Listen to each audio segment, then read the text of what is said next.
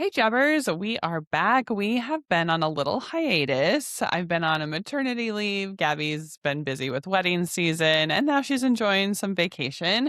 But we are back with fresh content starting this August, and we are excited. We have some fun episodes coming up and collaboration for coming up also at the end of the month, which is fun. But today we just wanted to talk about a few different hot topics, like things going on in the industry, and also just some thoughts that Gabby and I had that we've also seen just being pain points, I think, for vendors and clients in the industry. And so we're going to kind of talk about a bunch of random things today, but just stuff that's like we're thinking about. And we know you guys probably are too. So we're going to share our thoughts. Okay, so this all came about because last night I was doom scrolling on TikTok and I came upon the Undone by Kate drama. If you don't know about it, maybe Kari, we could put that link in the description, like the one that I sent you. That's just kind of a recap of everything. But essentially, a woman reached out to this we'll call her a designer, but that's part of the drama,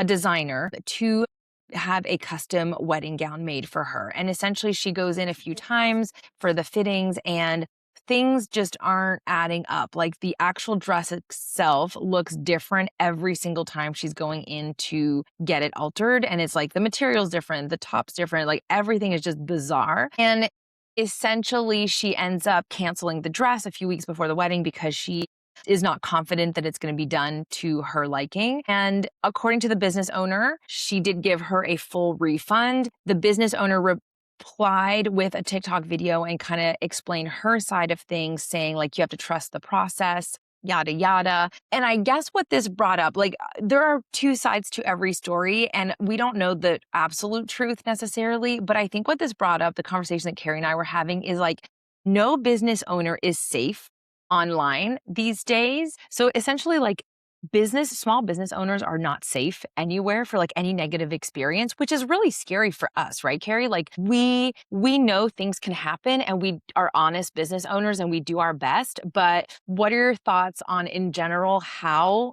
clients are taking to TikTok to express their happenings? And also on the flip side, like this business owner probably didn't handle it the right way. Again, we weren't there. So all we know is possibly a refund was given back, which I guess is a good way to go about it. Yeah. Well, I think the first point from the video is that there was no contract in place, which is a big red flag for me, especially from a designer who has done a lot of work. And she's like, I never signed a contract. So I think that is the first thing that I'm like annoyed by because I'm like, a contract is there to protect both parties, right? Yeah. So for her, the designer to claim like, hey, you have to pay everything, like you're not getting any sort of refund, even though I think from what I listened to, full refund was given in the end. But I'm like, because there's a two-part, right? Like if she's unhappy with the dress, I would be like, yeah, you're not getting a refund for what you paid as the deposit because time and materials was still spent on this. I'm sorry you're unhappy, but maybe it's like you don't have to pay the final payment because we didn't finish the dress, right? But to like demand a full refund is crazy to me because of the time and materials spent. Mm-hmm. But also if there wasn't a contract in place, like there's nothing protecting either of them. So I think the business owner kind of has to give the refund in order to avoid online backlash, which Didn't the work. sucky part. Yeah. Well, okay. And then the other thing, I went down the rabbit hole. It appears that there's a lot of people who are unhappy with Undone by Kate who have had dresses made by her. And one creator online said, again, this is just like information I find on TikTok, but one person said, it appears that she's a stylist, not a designer. So she had started styling people and kind of had maybe some viral things that happened that she had styled, but had not necessarily designed.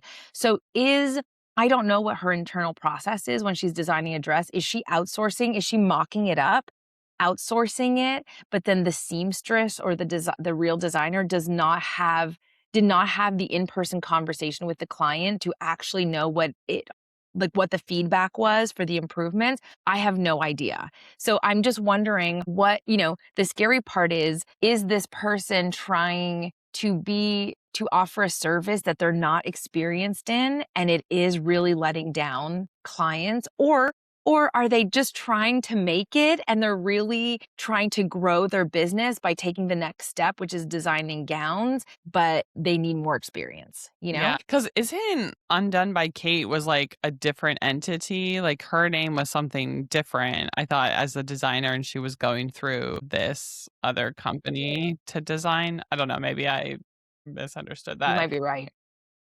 Yeah, I mean, I don't know. I also feel like the backlash on social media for like any business owner, because I was also telling Gabby about Cake Gate that I saw on Threads, which was sort of the same thing. I feel like everything becomes a gate when it's just like so much drama, but it was like the same of a potential client or a client sending an inspiration photo. She brought in flowers to decorate the cake that were not the same as the flowers in the inspiration photo, but then she was like really upset by how it turned out. And she was like, the pink is like not the right color, all of this stuff, right? And the cake designer was like, I don't ever copy an exact replica because I want it to be my own design. And she like got it as close as she could. I didn't think it was that far off. But again, it's like she got drug online about Mhm. just like not meeting the standards, not giving a full refund, all of this stuff. And I feel like sometimes that people take to social media before they can have a one-on-one conversation with the business owner and try to resolve it. I understand sometimes people are posting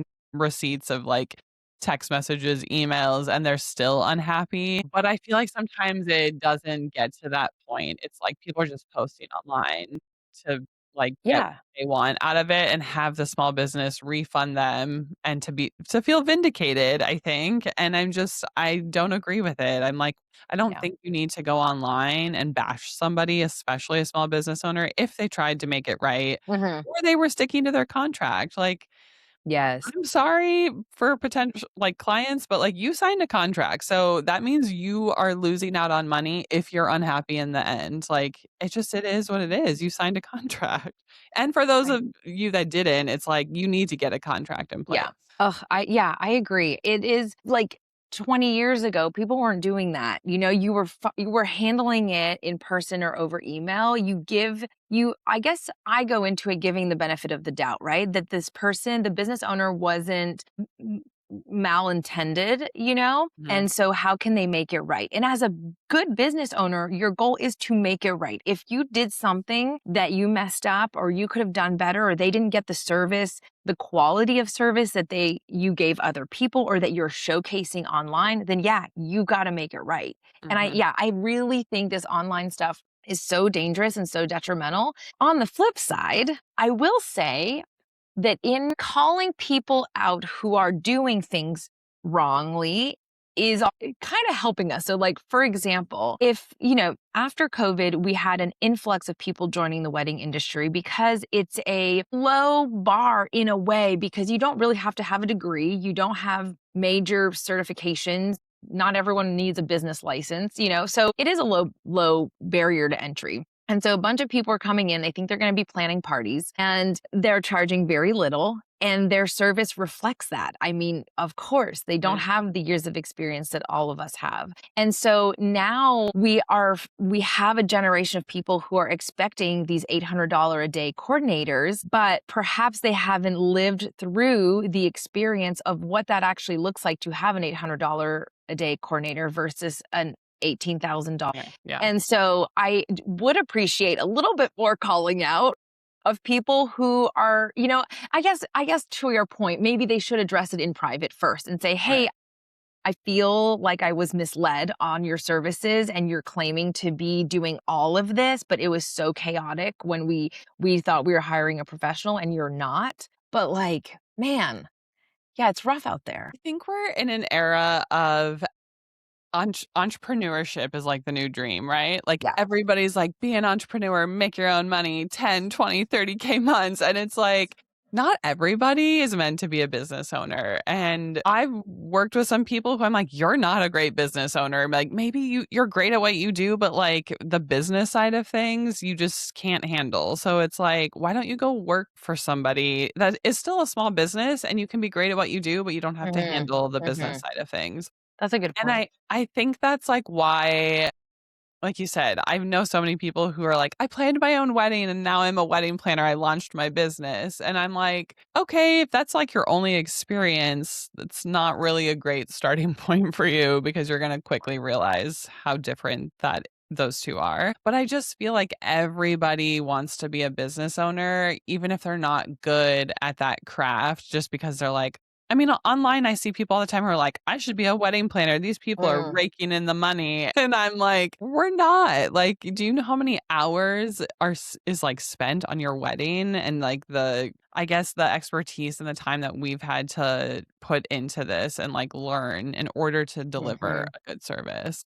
And And I I just think that feel like people sometimes aren't prepared or like, and not to say you have to be great at your craft right away, but I just think that there's a good starting point where everyone should maybe like go get more experience before starting a business in that particular thing. 1000%. And I don't know about you, Carrie, but I think about my clients all day, every day. Like I will wake up and have coffee and be like, ooh, I forgot to order the 6-foot table for the DJ and the linen because let's be real, I always forget the DJ table.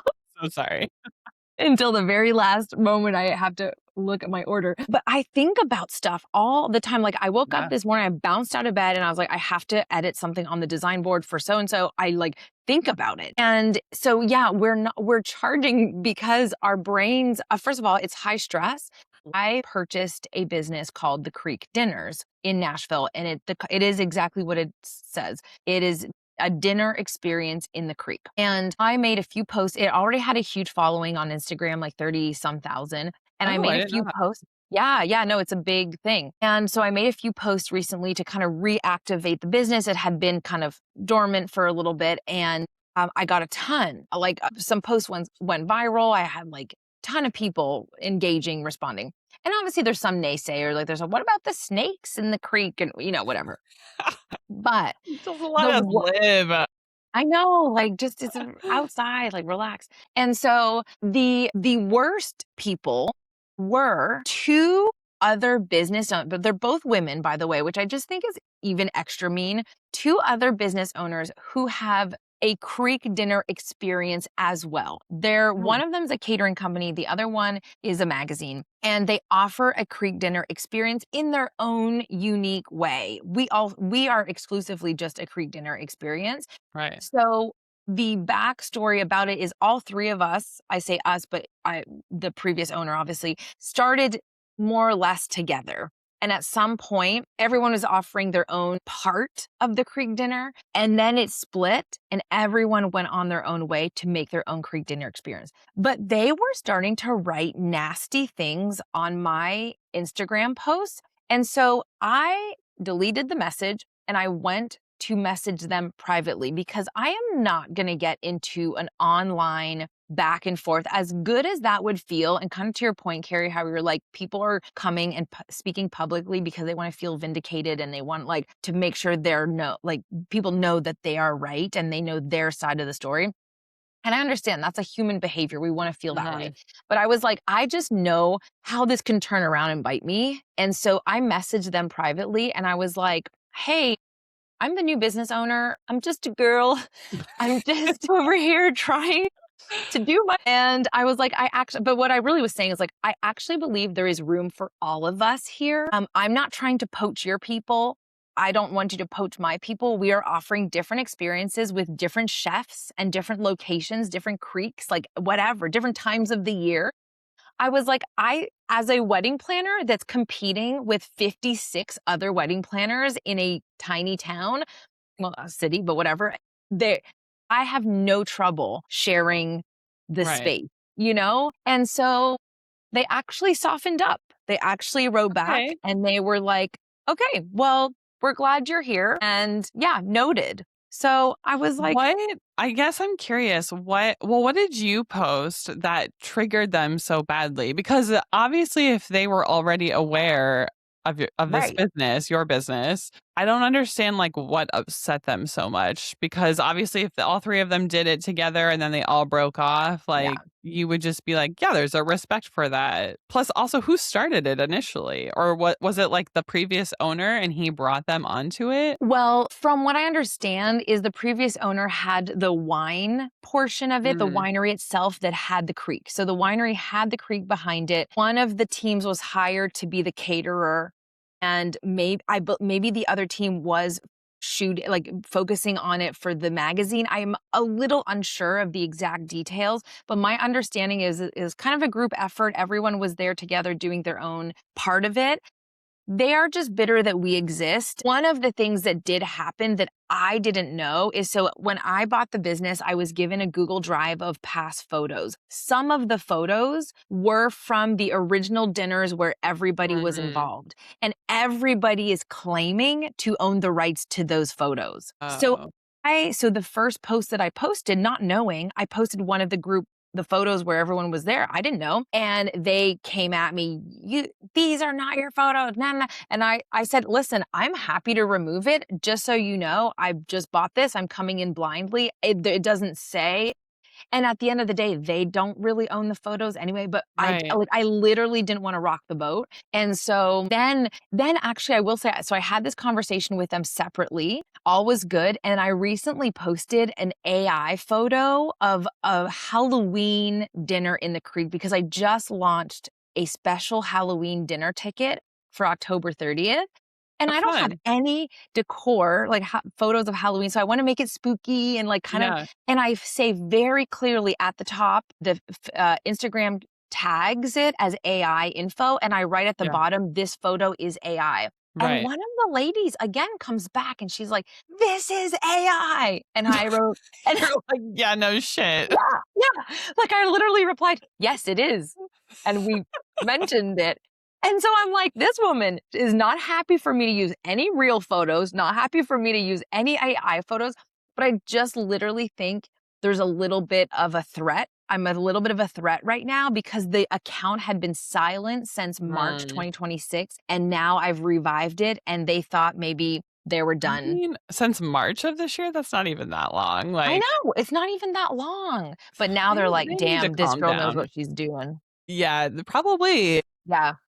I mean, I wonder if they softened because you directly messaged them and they felt more embarrassed. Like it's easier Right. to hide behind a public comment, I guess, Yeah. than like being messaged directly, like specifically. Well, because I didn't But come in attacking. I came in right. explaining my point of view and how I'm not looking to hurt them in any way, you know? So they couldn't So be mad at me. yeah, but I'm like, this is a biz it's like another wedding planner landing on your page and being like, I do this. You cannot Yeah, be a planner. Like, what is wrong with people? I I just know. It's so strange. And yeah, I really think they're threatened. And whereas I more so see it as like there's room for everybody. We're yeah. all in different places at different times. Like people are going to continue to experience this. Like who cares? And I ended up buying the little blue check mark, Mm, which I think also helped me gain more authority, you yeah. know, and I'm not claiming anywhere to say that I created this experience or I Right. invented it or whatever. No. Um, But yeah, you have every right to continue to do it. I yeah. guess. I mean, you have an event coming up. You'll just have to get a lot of good photos and then use those photos moving forward. But Yeah, exactly. I have a content creator and a photographer coming to those because I was like, nice. yeah, exactly. I was like, I need my own stuff. Like all Yeah. I've been given are a few good photos that I can't technically use and then a bunch of iPhone photos that are blurry. And I was like, okay, well, Yeah. that's why I I created an AI photo. yeah, you still got backlash. I know. I mean, I think the last thing I was gonna say is I think even from that Dressgate video, she had mentioned that the designer herself, she was getting like death threats from people. And I think that's where I'm a little Whoa. hesitant on the whole like post to social media feel vindicated because people are crazy. And I'm like, people that are not involved in the situation and they just feel passionate about it, or maybe they had like a similar experience of their own for their own wedding, whatever. And it's like people are relentless. I'm like, this person doesn't deserve death threats or any sort of threat from anyone at all, including the person that had the dress experience. I'm just like, that is just not a behavior that's okay. And I think we've normalized it as a society. But I feel like as a business owner, like do your due diligence, have a contract in place, over deliver. If someone is unhappy, that's why you have a contract. And then you can break off the relationship and move on from there and just try to be a kind human on both sides. Like everybody, even for, I get it, like the dress experience was hell for her, but that's where it's like, okay, I'm going to break this contract and just like move on to something else. And I feel like, I don't know, just don't take it to social media unless it's really like that person is like gaslighting you. They're, being harsh to you. But I feel like it just shouldn't be the first step for taking. Yeah. Well, and more the reason to have a community of planners or photographers, whoever you connect with.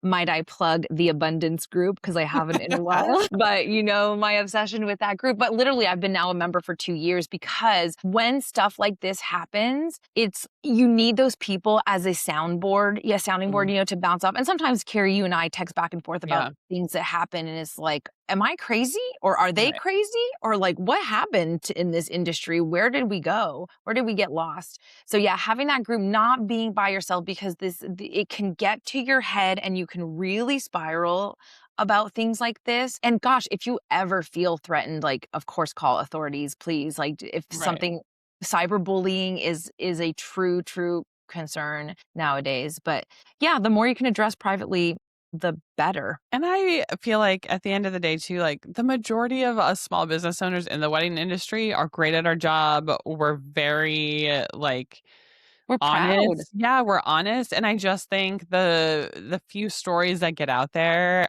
are like, right, we're not sharing, people aren't getting online being like, I had the best experience with my planner and I like wish they would. I know. I mean, people are leaving reviews, but they're not like taking to 10-minute videos, right? It's only the negative stuff. And I think So that's true. where it's like a lot of people are like, oh, I'm going to have a horrible experience or a bad planner, photographer, or whatever. And it's like the majority of us are actually great and honest, hardworking people just trying to support our families. And so I feel like that gets a little lost in our industry now. I feel like a lot of negative things are coming out or to light for people, and it feels the majority, but it's really not, in my opinion. Yeah.